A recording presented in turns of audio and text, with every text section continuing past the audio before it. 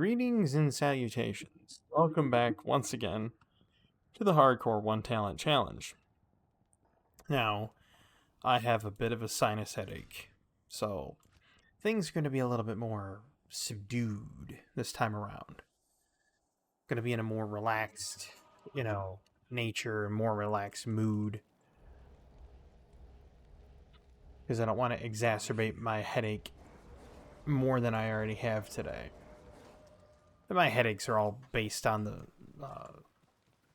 pressure systems coming through. So, where I live, there was a drop of like 12 degrees today in temperature, which is why I'm wearing the hoodie, see? Now, at the end of it all, yeah, it kind of sucks that it dropped like 12 degrees, but at the same time, it caused me a massive sinus headache. And so, I'm just going to try to take it easy on everything. Topics of conversation, obviously, it's going to be take it easy. A whole bunch of stuff. So, I noticed that the first season of Call of Duty is coming out soon. The Black Ops 6. And there is two things that I wanted to talk about Black Ops 6. First is that I am going to be doing... that might be Tel Rosh's amulet. First is that I will be doing a segment called the Frogman Chronicles. And it will only be... it will still be unedited, but I won't actually start the recording until I know that my match is going to be on Lowtown.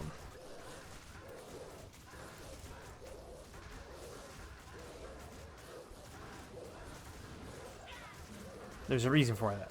Lowtown is the only... currently the only map with a water system that I can do the Frogman Chronicles on. Be that as it may, I will be doing it on there where applicable. Now it's going to be one of those things that's going to be hard for me to do and really piece together because obviously people can change the vote from Lowtown to something else in a heartbeat, so there is that. There's something else I was going to talk about today, too.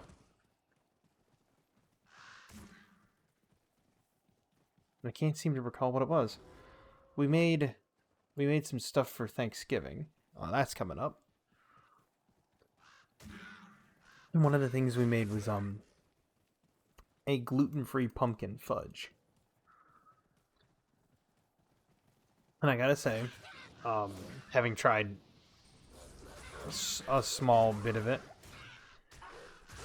It's very mild on the pumpkin flavor. It could use a lot more pumpkin flavor, but we also flavored it with honey. So when you flavor things with honey, it kind of just tastes like honey. It's got a fudgy consistency. It's good. But it's also not as potent on the just like sweet factor without the honey flavor. So there's that. The Black Ops thing that I was talking about, they're bringing out new guns, obviously, with the Battle Pass and a whole bunch of other stuff with the Battle Pass. I thought to myself, that's great and all that they're bringing out all this stuff with the Battle Pass, but then I got to thinking about it. People say, oh, well, they're not going to stay, in line with, the time period, etc. Look, if you're playing Call of Duty for a time period specific game, you're sorely mistaken. I'm sorry to say that, because you just won't get it, okay? and they say, wow, this is why you need to make, you know, your Call of Duties like Modern Warfare or Infinite Warfare or whatever, the futuristic ones. And I disagree with that heavily. I think if you're just going to play a Call of Duty game, you have to be prepared that the game will go whatever way the devs want it to go. Which most people disagree with. Most people are like, just keep it period pieces, etc., and so on and so forth. Well, you can only release so many guns that are period pieces before you kind of, you know, run out of guns. Then what?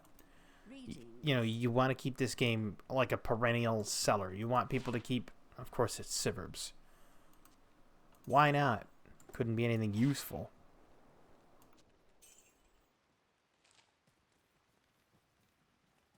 But no, it's like you can only release so many guns that are period pieces before you run out of guns. Okay? And if you need to keep the game like a perennial hit and you need to keep players coming back, you need to have things to keep releasing. Whether it be a season, whether it be new weapons, new battle passes, new skins, anything to keep the players coming back, because you don't want to make a game and invest, you know, millions of dollars in making a game to have it flop and have nobody play it because there's no content coming out for it, right? And of course the other key is you don't nerf the content into the dirt. Learn from Helldiver's mistake. And when you learn from Helldiver's mistake, you realize, you know what? Helldivers killed it. You know, there's still a lot of people playing Helldivers, which I've thought about putting that on the channel too. Just me playing random games of Helldivers. I don't know how well that would go over. I mean, a lot of people are like, oh, it's a woke game, etc. So on. Like, I don't care about the wokeness, right? I really don't. I mentioned this in the other Diablo video, right? If you start building a game for people, you know, for like we're gonna do it to make sure these people are represented or whatever, you're gonna lose an audience.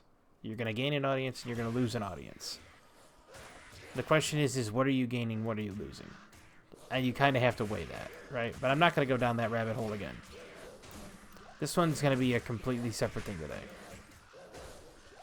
And I'm talking about what's currently going to be coming up on my channel. I'm going to be bringing the But Will It Snipes back. Now, mind you, I don't have the guns leveled. I don't. I'm still very low level in the game with the guns, but we're going to try to do it with just baseline equipment. Okay? It's going to be even a harder But Will It Snipe. But we're going to see if it will. Obviously, they'll all be done in hardcore. I'm gonna have the Frogman Chronicles, but that one's, like I said, the Frogman Chronicles one is gonna be tough because the videos are gonna be short. They're going to be literally the entirety of Lowtown, the map Lowtown. So if I get Lowtown, you'll see Frogman Chronicles. And that's literally it. Because that's the only map you could do it on. Now, if you're wondering what Frogman Chronicles is, Frogman Chronicles all started back in, believe it was Modern Warfare 2019. And what spawned it all was there was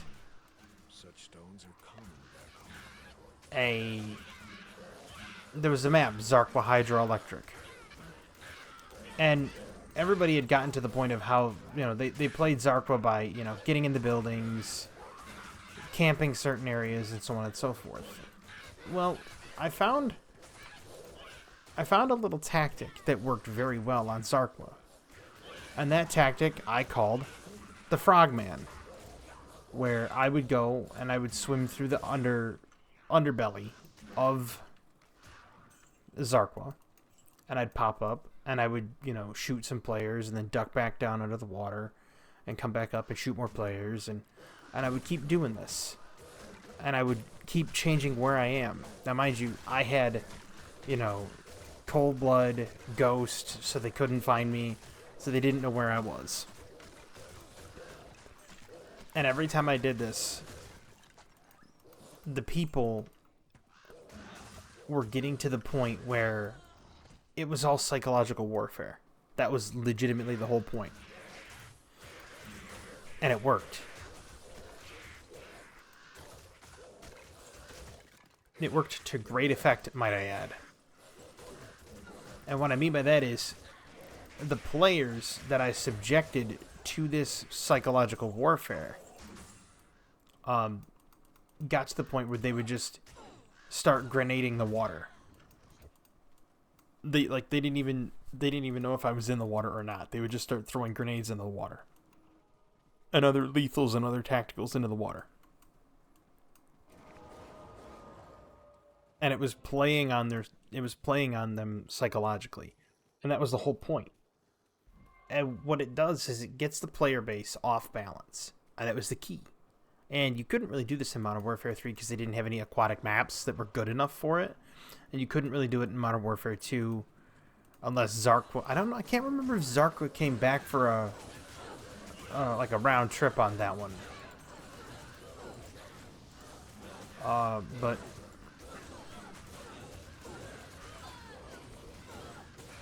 nevertheless, Zarqwa was just such an interesting map. And I loved playing on it. Just because of the Frogman Chronicles. And so, every time I would play on that map, I would do the same thing over and over and over again. Go underwater, come up, and then once you started seeing people, watching the water, putting grenades in the water, and just basically being very apprehensive toward anything aquatic. The moment they did that, craziness. You knew you had him. You knew you won the game. Because you could just sit there and keep doing it. And then you'd change it up halfway through and just start running down the lanes in Zarqwa. Well, now they have one in Black Ops 6 called Lowtown. Now, Lowtown has a very Zarqwa-esque style map. And that map is so good for doing Frogman that normally, okay, I don't have a high kill death. I'll be the first to say that. I do not have a high kill death in Black Ops 6 at all, right? My kill death is like 1.2 to 1.08 to 1.25 in that ballpark. On average, in any given day. I think my actual stat sheet says it's 1.08. So I don't really have that great of a kill death. However, on Lowtown, my kill death is like 2.85 to 3.1 in that ballpark. And this is because of Frogman.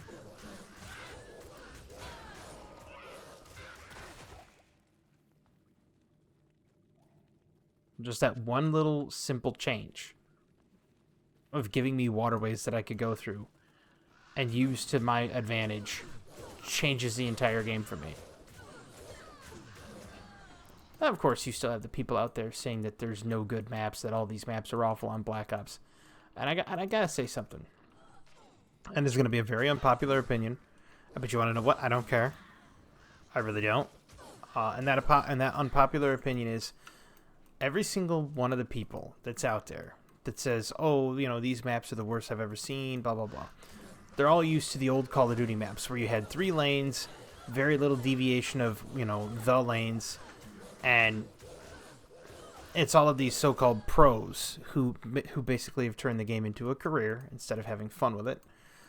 And the only thing they care about is getting a nuke on every single map. That's it. And making the clips. Oh, we got to make those clips. We got to make ourselves look even better. We got to edit our clips. Although this is the other reason I don't play unedited. I play unedited because I want people to see it as it is.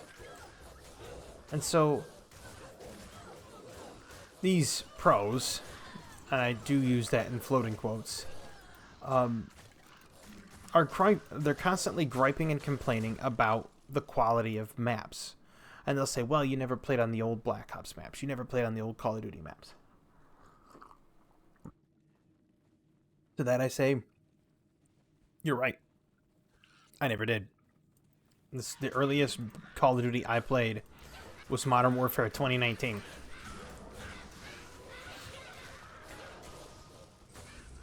And it's not because I didn't like it.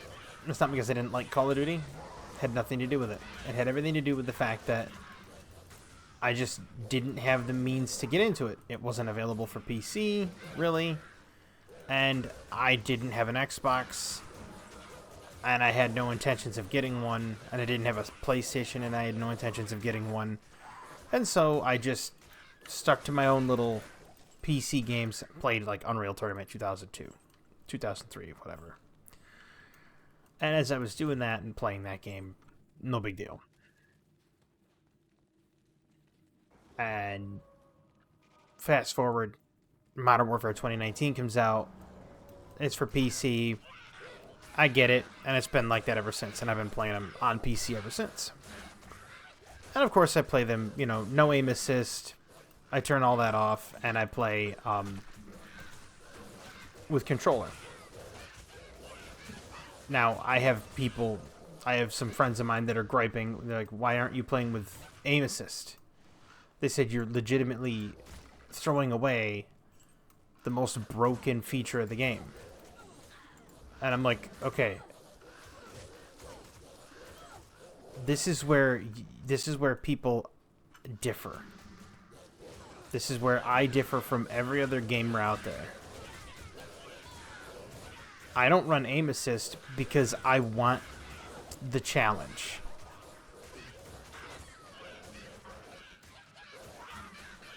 Plain and simple. I want the challenge.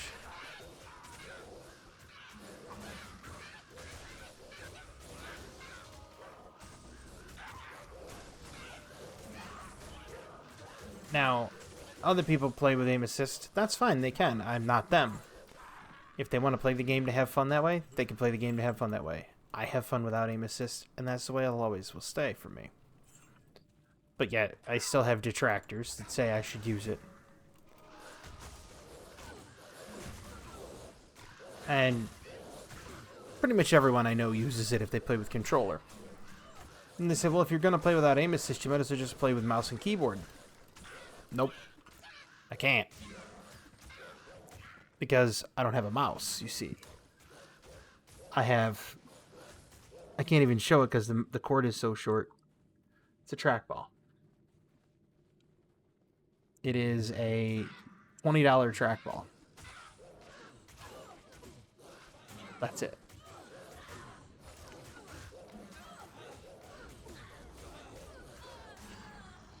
I don't have a whole lot of desk space, so putting a $20 trackball in helps out because you can get a whole lot of movement without having a whole lot of desk space. And believe me, that's met with scorn as well. A lot of people spurn me for using it. And, one of my acquaintances back in the days once told me, he's just like, why are you using a trackball? He's like, name me one professional game player that uses a trackball. And I brought up the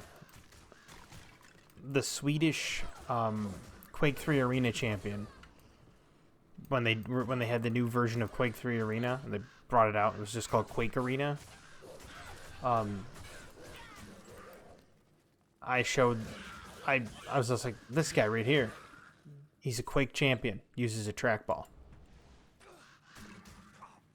And so, believe me, I was met with a lot of scorn for that too. Nevertheless, I use controller, I don't use aim assist, and I never will. It's just not me. I like manually aiming. I like being able to have the skill to manually aim, even though it puts me at a vast tactical disadvantage. I still enjoy the way it works. It feels right to me. And it ruins my sniping. just so everybody knows as well.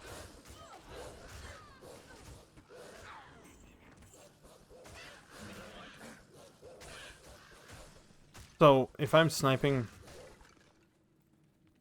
with something, the aim assist pulls to center mass, and with a lot of the sniper rifles and marksman rifles in Call of Duty, they are not one-hit kill at high torso, not unless you're playing on hardcore. And so having that distinction of being able to aim for the headshots without having the aim assist is really helpful.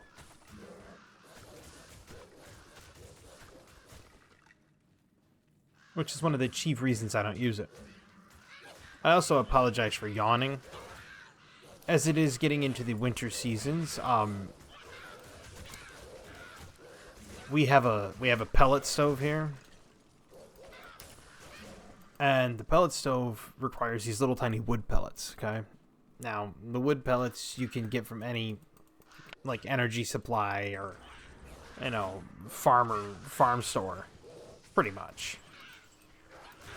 And we had it delivered to the house today.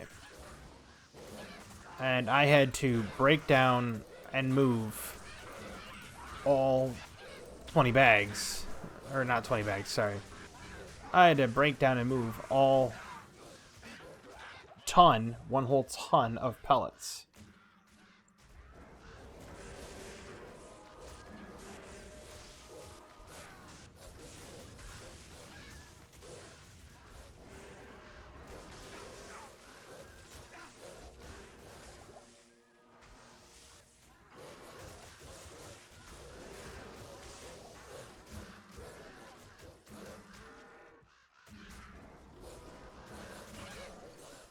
Wow, that was Treehead Woodfist. No wonder he hit so hard.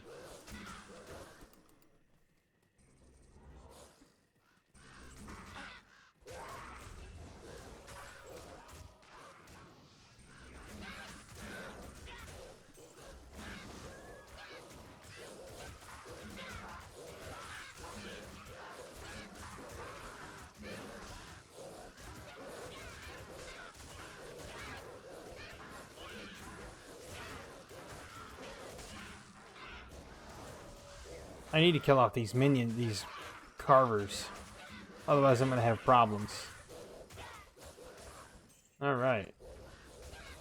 Well, anyway. I had to break down and move the entire ton by hand. So, I had to make sure that it was put up on the porch where it needs to be, etc. And, you know, doing that on 6 hours of sleep with a mild sinus headache is not exactly what I would say a fun time. So, you know, I've got a little bit of physical exhaustion. It's a pretty good workout. You got to think, because you're moving, you know, quite a few bags, because they weigh 40 pounds apiece. And, you know, you're doing stair steppers and everything, essentially, with 40 pounds on.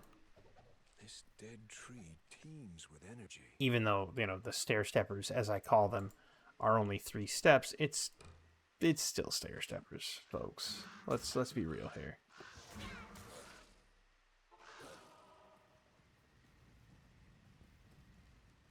The sisterhood welcomes you. But in all reality, yeah, it was quite a long day today. Which is why I'm ever so slightly kind of, you know, tired, but at the same time wide awake. And that's okay. You know, it just goes to show how organic this is. You know, I get on here with conditions and issues and problems and proceed to just plug away at it. And that's, I guess, shows a stick-to-itiveness of the craft, if you want to call it a craft. There's a lot of people that don't. There's a lot of people that would get, you know, they'll get sick or something and they'll take a day. And they'll say, oh, I can't do it. No, then it's like, not me. You know what? It's like, there better be, you know, Ebola eating up my insides for me to just look at it and go, nope, not today. That's what there would have to be. Good morning. Almost as effectively. And that's not a lie. I'm gonna save Deckard Cain.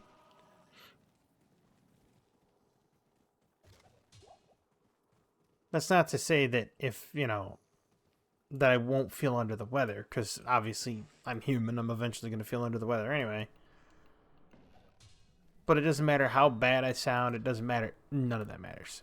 I'm going to be doing this every day. I'm going to be doing a recording. Now, sometimes people obviously, and if I know I'm going to be someplace for like 3 days, I'll put up recordings. Ah, yes. Ruins. The fate of all cities. And that's because I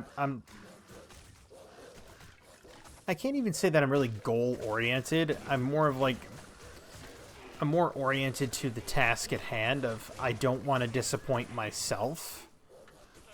I mean, I don't want to disappoint the viewers, the people that come in and watch the episodes and everything, and you know they just sit there, they want to watch something or even have background noise in the background. That's fine. If you chuck on my video content and you're wanting a voice in the background, cool. I mean, I don't have a problem with it at all. And it's like, for whatever reason you use it for, it's, you know, I don't pay it any, never mind, you know.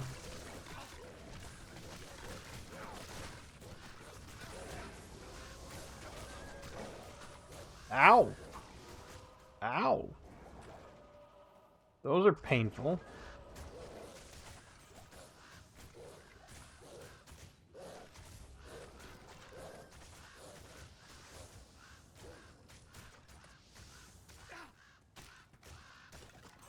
Really? Ow.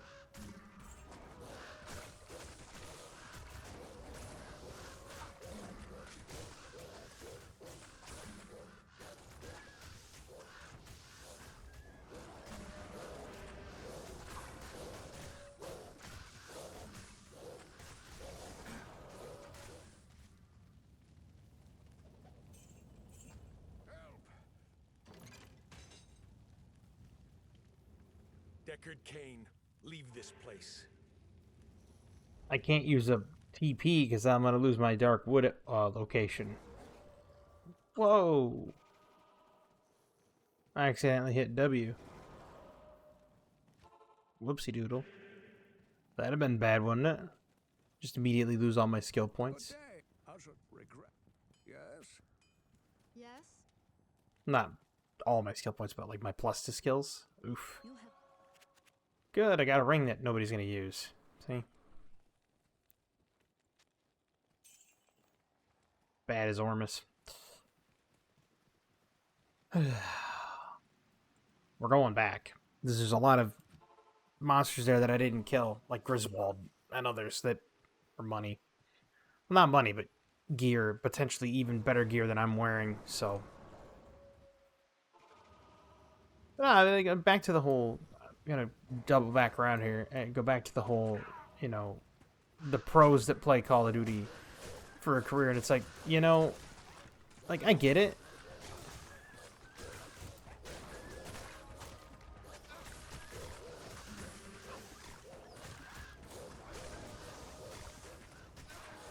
But it's like, dude, come on.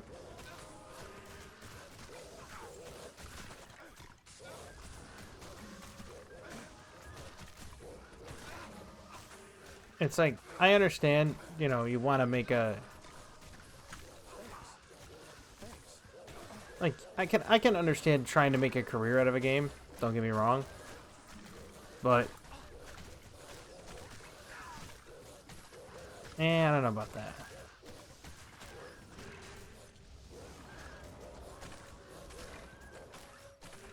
Wow, there's 2 of them there. No wonder.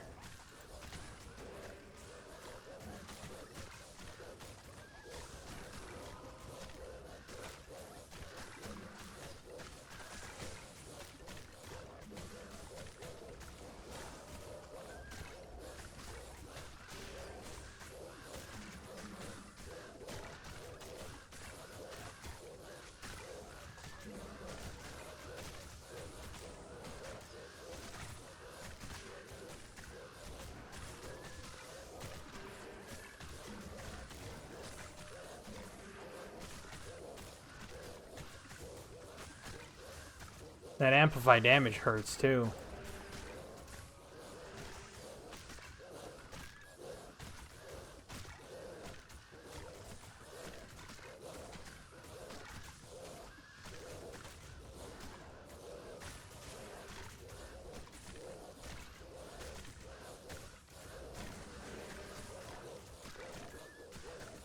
Once that archer's gone, they'll just be able to focus on the one. Good.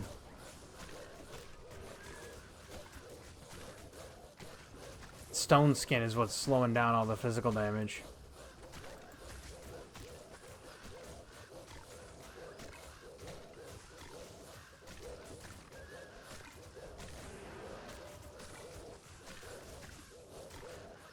I mean, think about it. These do 57 to 61. Oh boy. There's big old Griswold.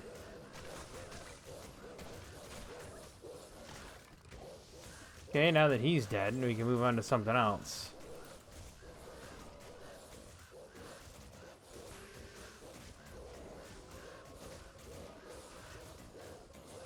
I mean, I'm quite impressed. I mean, yes, I'm still doing the same thing. I'm relying on the heavy lifting of the bow, but, you know...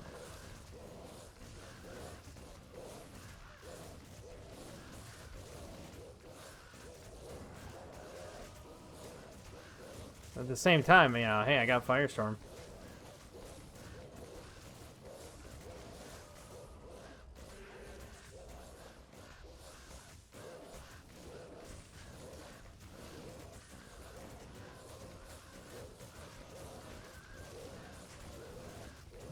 I would be shooting him with my bow, but that's got poison damage in it.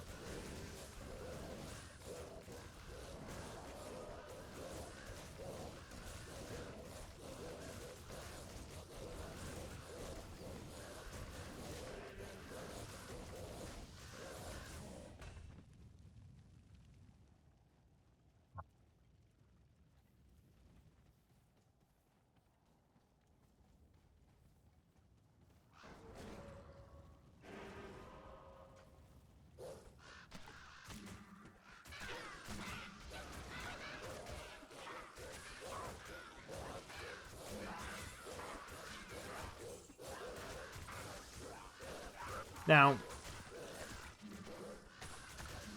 the reason I'm picking up this Wirt's leg is quite simple. I'm going to, as a final send-off to my character, I'm going to attempt a hell level cow portal after I beat Bale, if I beat Bale.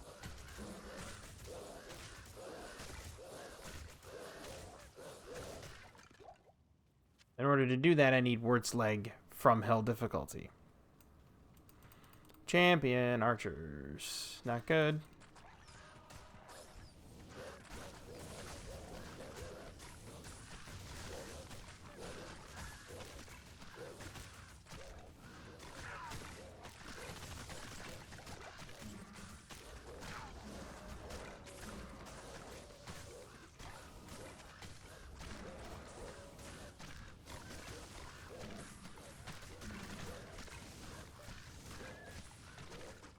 Yeah, wolves are getting dominated.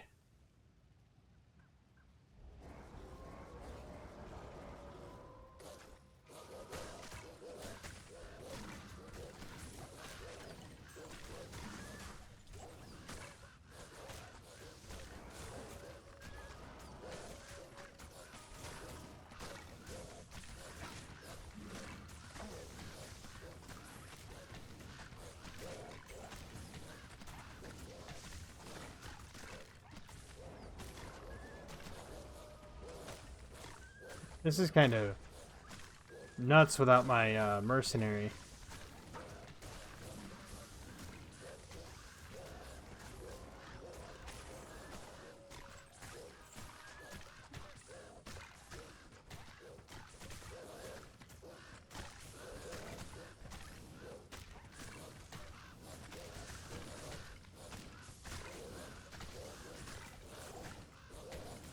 No, I got one of them.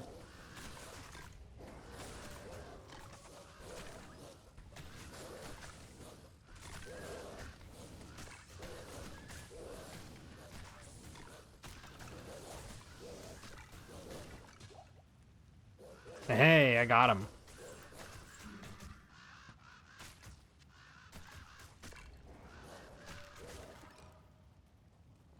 Man, I'm getting a lot of yellow blade bows.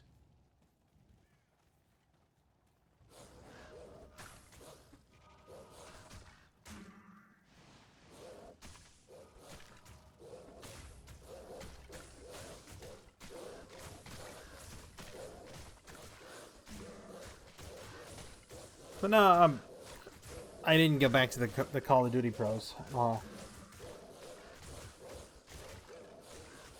As I kind of got sidetracked in Tristram here. The problem I have with the pro player mindset is they start complaining about something, right? And then these people like Treyarch, Activision, they mollycoddle and kowtow to these people who are, they're the authority in the gaming industry, right? They're not, though. Like realistically, look at it. You got a guy that, I've been playing Call of Duty for, 16, 17, 20 years or whatever, and these are the worst maps ever. Greetings. Really? How about they release all the maps and then you tell me exactly what the worst one is? Bet you they can't. I bet you they sit right there and they go, oh yeah, these maps were terrible. These maps were awful. Really? You sure that's not like jaded nostalgia? Kind of like the John Cena meme. Are you sure about that? And that's what it's like. To be perfectly 100% honest. You have a lot of people that have almost like I can't say a tilted nostalgia because it's not really tilted. It's just askew. They have an askew sense of nostalgia. I mean, there was some people that were watching me play this game and they got nostalgic for it. And it's like, yeah, understandable. This was a big portion of a lot of people's, lives as a kid. A lot of people played this when they were young. Some people still play it to this day. And, hey, more power to you if you're still playing video games at an older age. I mean, the world's getting to the point where, people that play video games are more widely accepted. You don't have to be ashamed to say it. And my nose is itchy, but there's a lot of people out there that, got to the point where they were legitimately ashamed to say they played video games. And it's like, why? Why are people ashamed to say that they play video games?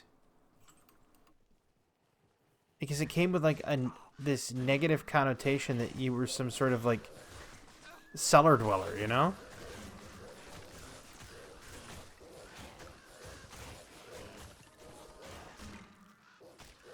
But the back to the whole kowtowing thing, if you take a look at what modern gaming has done, is it's pushed a whole bunch of people to the forefront who are behaving or acting like they're the be-all end-all authority on something, and it's like, you're not, though, right?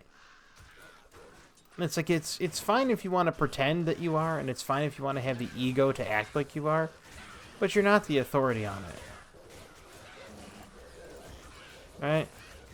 And you have companies out there, like Treyarch right now, who are literally kowtowing to people, and they're, nerfing specific things in the game.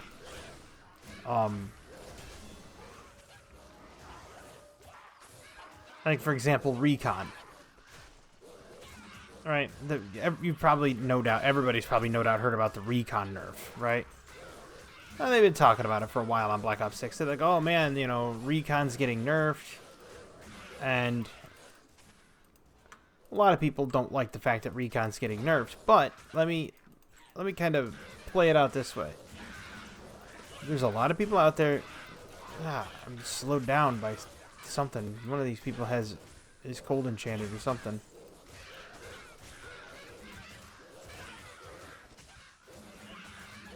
So anyway, we're talking about the recon nerf, and there was some people talking about how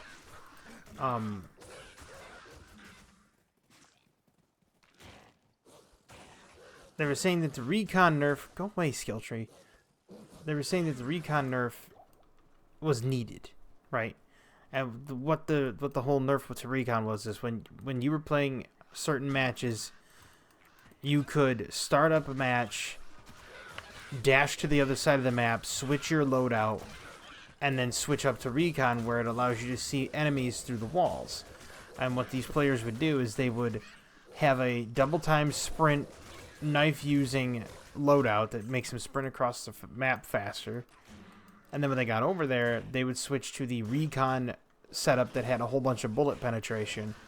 And they were just destroying the entire 5-man team of the other side on search and destroy. This caused Treyarch to say, okay, well, we're nerfing recon to this specific, amount of time. Okay, so you've now nerfed recon to a point where it's still being used and still being abused by a lot of players. Are they going to nerf it again? Probably. What should they have nerfed? The ability to switch out your loadout. If you're playing Search and Destroy, whatever loadout you pick, that's the loadout you got for that round, champ. That's all you had to do. Recon would have still been balanced. Nobody would have abused it because they couldn't have. Solves the abusing problem without nerfing the perk into the dirt. But no.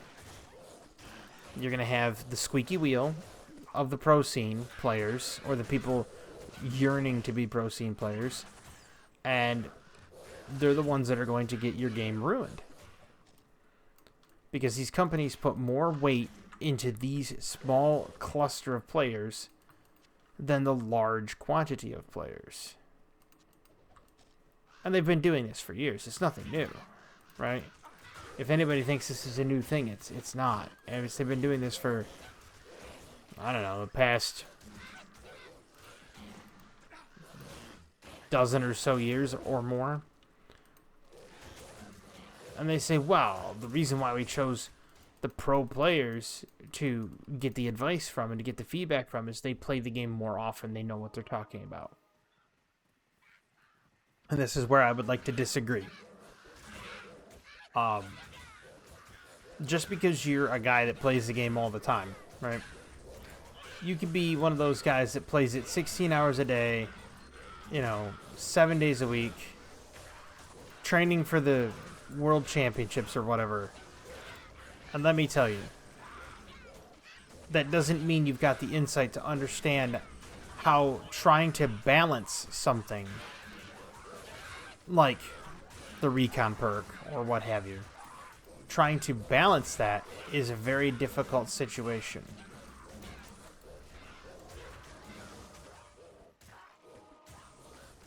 Now, is my solution to recon perfect? No. It's a far cry better than what they were doing. It's a far cry better than what everyone else was saying.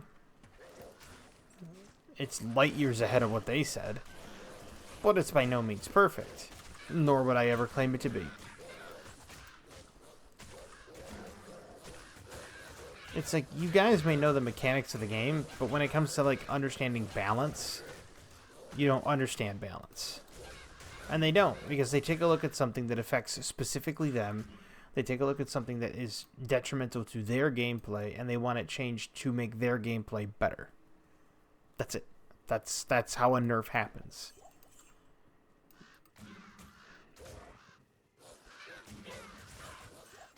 Quite literally, buffs and nerfs can be basically stated as such. A whole bunch of squeaky wheels get greased. That's it. One pack of people complain about something, and then the company says, well, instead of losing these players, what we'll do instead is we will, instead of chancing to lose these players, we will basically succumb to the demands of the group.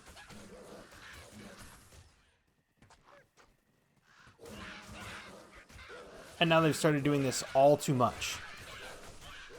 And when you start doing this, people realize that you're not thinking things through when you're patching and adjusting a game.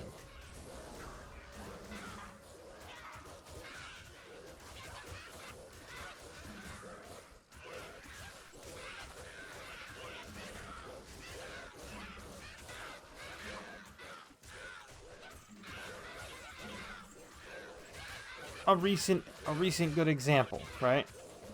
So there was a new expansion for Hearthstone that came out. This is a great example of companies not really understanding what they're doing. And they're only listening to a very small amount of players. And Hearthstone came out with a new expansion called The Great Dark Beyond. It's got a whole bunch of stuff in it. Draenei, space things, starships, so on and so forth. Well, there's a card called, I believe it's called the Ceaseless Expanse. That's what it's called, the Ceaseless Expanse.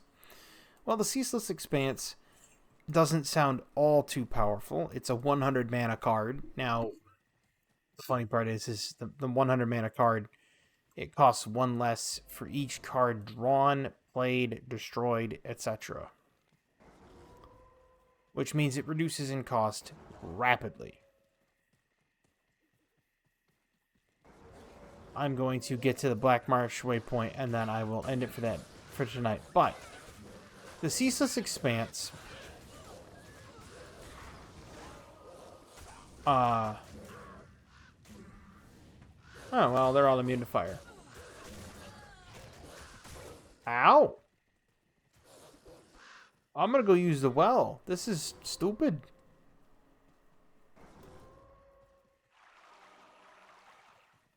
That was a ballsy play.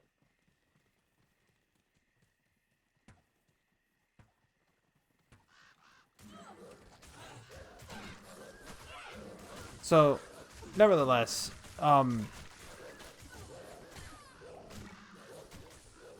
the Ceaseless Expanse apparently wasn't tested very well internally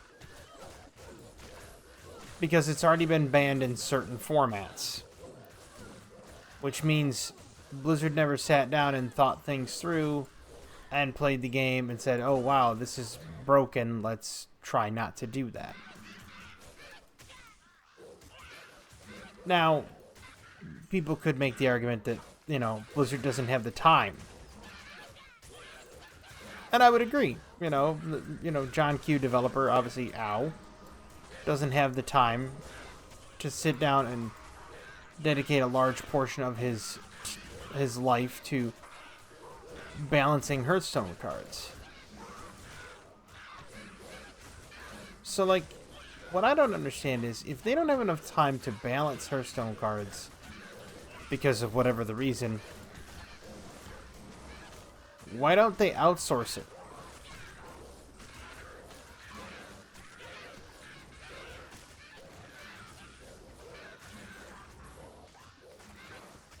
And I don't mean have outside players.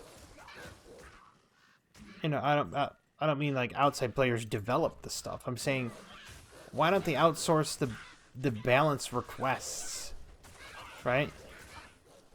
Why don't they outsource the playtesting? Not to just select streamers and everything, but no.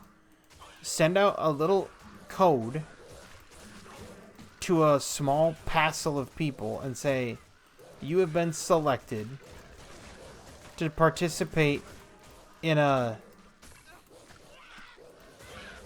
test of this Hearthstone expansion. You have to sign an NDA, so you can't disclose anything that you see, hear, whatever. You have to sign an NDA. NDA expires the day the game comes out, the day the expansion comes out. And you're given the playtest. Now people would say, well, wait a minute, how would you decide who gets the playtest? Well, it's simple. You just pick accounts at random that have a Hearthstone get playtime. Right? Now, why would you do this? Well, it allows people to test all the cards and all the card variations.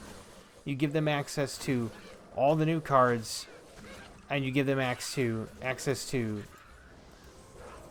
like just all the cards in general, and allow them to basically do what they do best, and that is come up with an idea.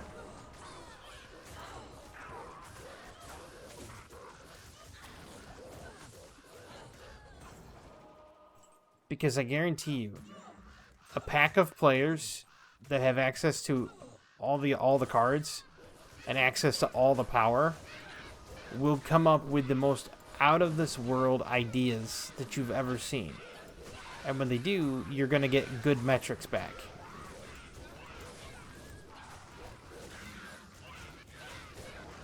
You'll have weird,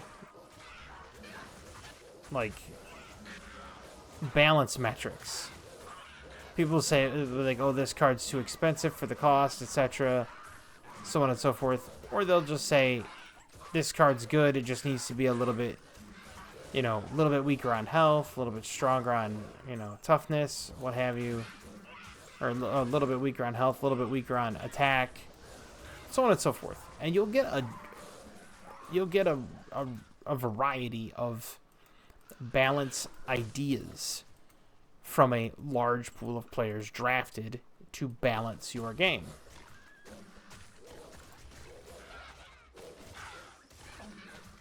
But why Blizzard doesn't do this is beyond me. Like, I just don't get it. Maybe they're afraid that card leaks will happen.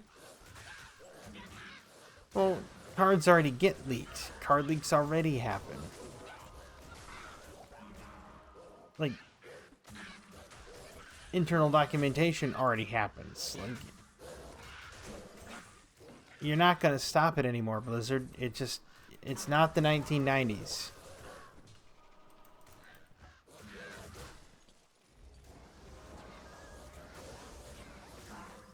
Now, they could always say, they say, you have to sign the NDA, and if you break the NDA, your account gets canceled, terminated.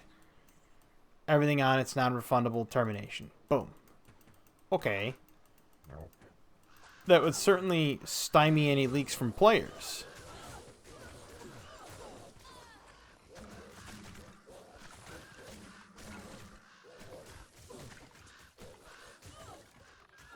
But it makes me wonder, would it work?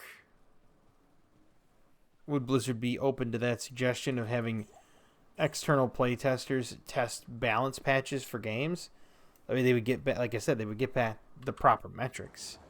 They would get back realistic data that they could really sink their teeth into from players that have time and energy to play the game.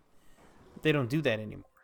Like, that type of R&D playtesting is just dead.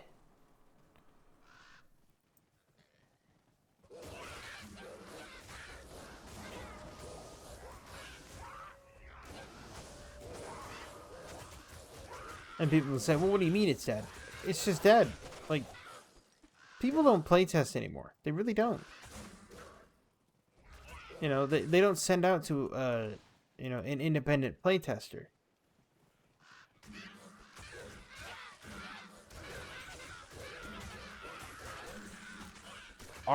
And that's the thing, is like,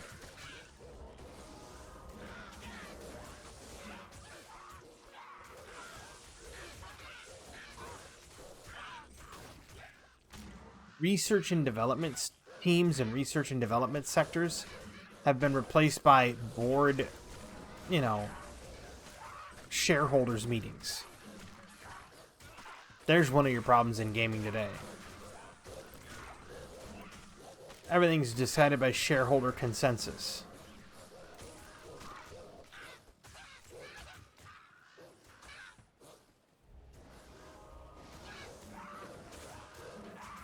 And people would say, well, there you go. The easiest way to solve that is to start buying shares of corporations you buy games from.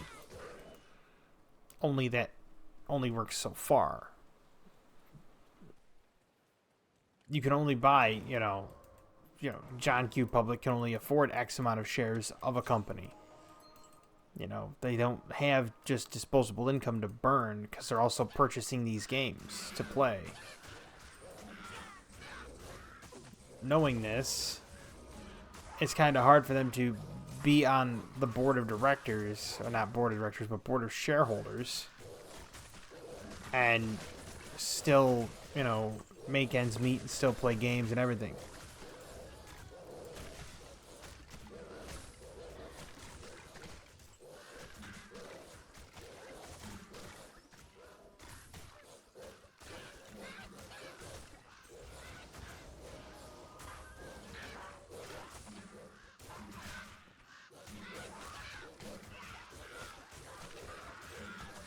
This is why you had people back in the day like reviewing video games. You didn't have like the paid advocacy system you have today. Nowadays, they'll pay people to review a game, right? And when they pay people to review that game, they want a glowing review. Like, oh, you give me a glowing review, we give you money. You give me a better review, and I'll give you a bonus. How about you just tell the truth?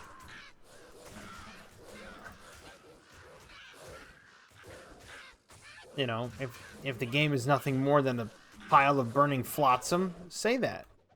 I would, right? If I played a game and I didn't think it was a good game, I would say to everybody, look, this game's nothing more than a pile of burning flotsam, or jetsam. You choose your mode of transport.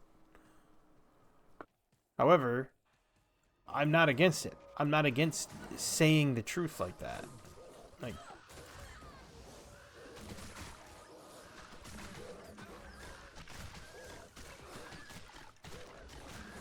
and it's crazy that you have a ton of people out there now that they would rather bend the knee, and just say, yep, the game's awesome. No need to investigate it. Don't look into it.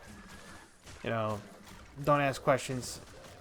People would rather just bend the knee, per se, than to give an actual review.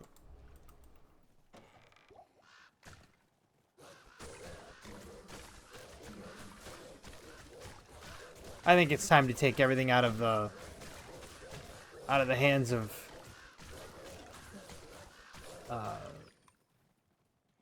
what are their names here? Shareholders. Take it out of the hands of the board of directors, take it out of the hands of the shareholders, and bring it back to the players. Let the players help out with the research and development. Alright?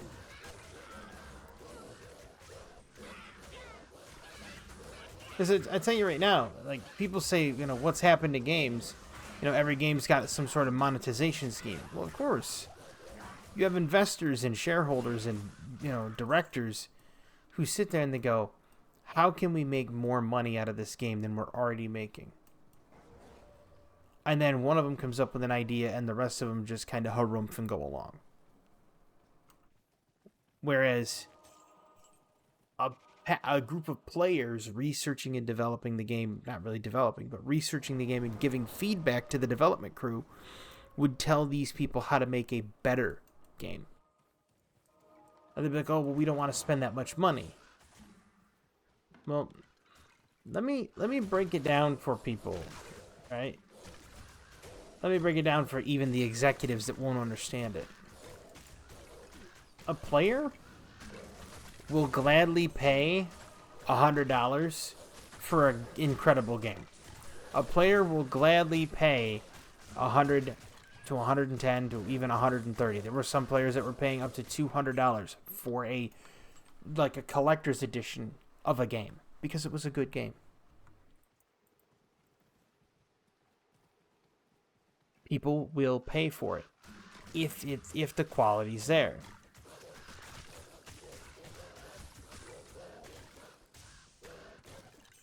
All they have to do is just nail it. That's it. Good to see you. But these companies today, and this I am going to be calling it on this video, these companies today are so afraid of everything. and they're so afraid of losing money, and this is going to sound stupid, but it's perfect sense. These companies today are so afraid of losing money that they lose money. I know what you're thinking. You're thinking quiz. What do you mean they're so afraid of losing money that they lose money? Think about it. You are a company. You're so afraid of going bankrupt and losing money. What happens?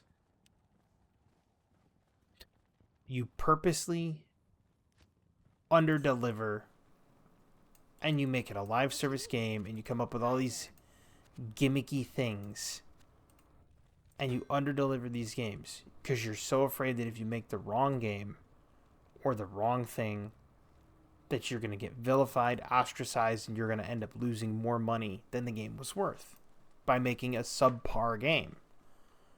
So they're so afraid to lose money that they're losing money. One is they're so afraid of losing actual money that they're losing potential money. That's exactly how I should have phrased it. Because they're basically leaving potential money on the table. It's like saying, here's $1,000 on the table. But if you invested a little bit more time, you'd have gotten $2,500. But you just take the 1,000 straight away instead of investing the time. That's what these companies are doing. They're leaving $5 on the table to pick up $1. And if they just took the time and effort to really research and develop and get the player feedback and listen to it and develop it in a way where you're not just giving the players what they want, but you're listening to what these players are asking for. They're asking for this. They're asking for that. Why? Because there's more entertainment values out there now. People don't want that long grind like in an MMO like World of Warcraft. Nobody wants those rep grinds anymore. Nobody wants those. You know, you take a look at like Call of Duty guns. The Call of Duty gun grind is so huge, nobody really wants those. There's a lot of people that know how to. They're already searching for gimmicks on how to hasten the process, right? And there's some people out there that already have their max guns and they've got it like with the max camos on it because they no-lifed it the first 2 days, and they looked for gimmicks in which to do it. Usually, which used zombies in some form of bug and or exploit. These players are not punished, and they're not punished for bringing that information out because the companies don't care. It just shows time investment, and then they could tell that to the shareholders, and then the shareholders are happy. So I thank everybody for coming out and watching and dealing with me having a sinus headache and kind of just being a little subdued. I appreciate it. And again, I'm sorry for yawning. It's been a long day. But I hope you enjoyed it. I know I did. And as always, hope everybody has a fantastic evening, a wonderful tomorrow, and have a good one.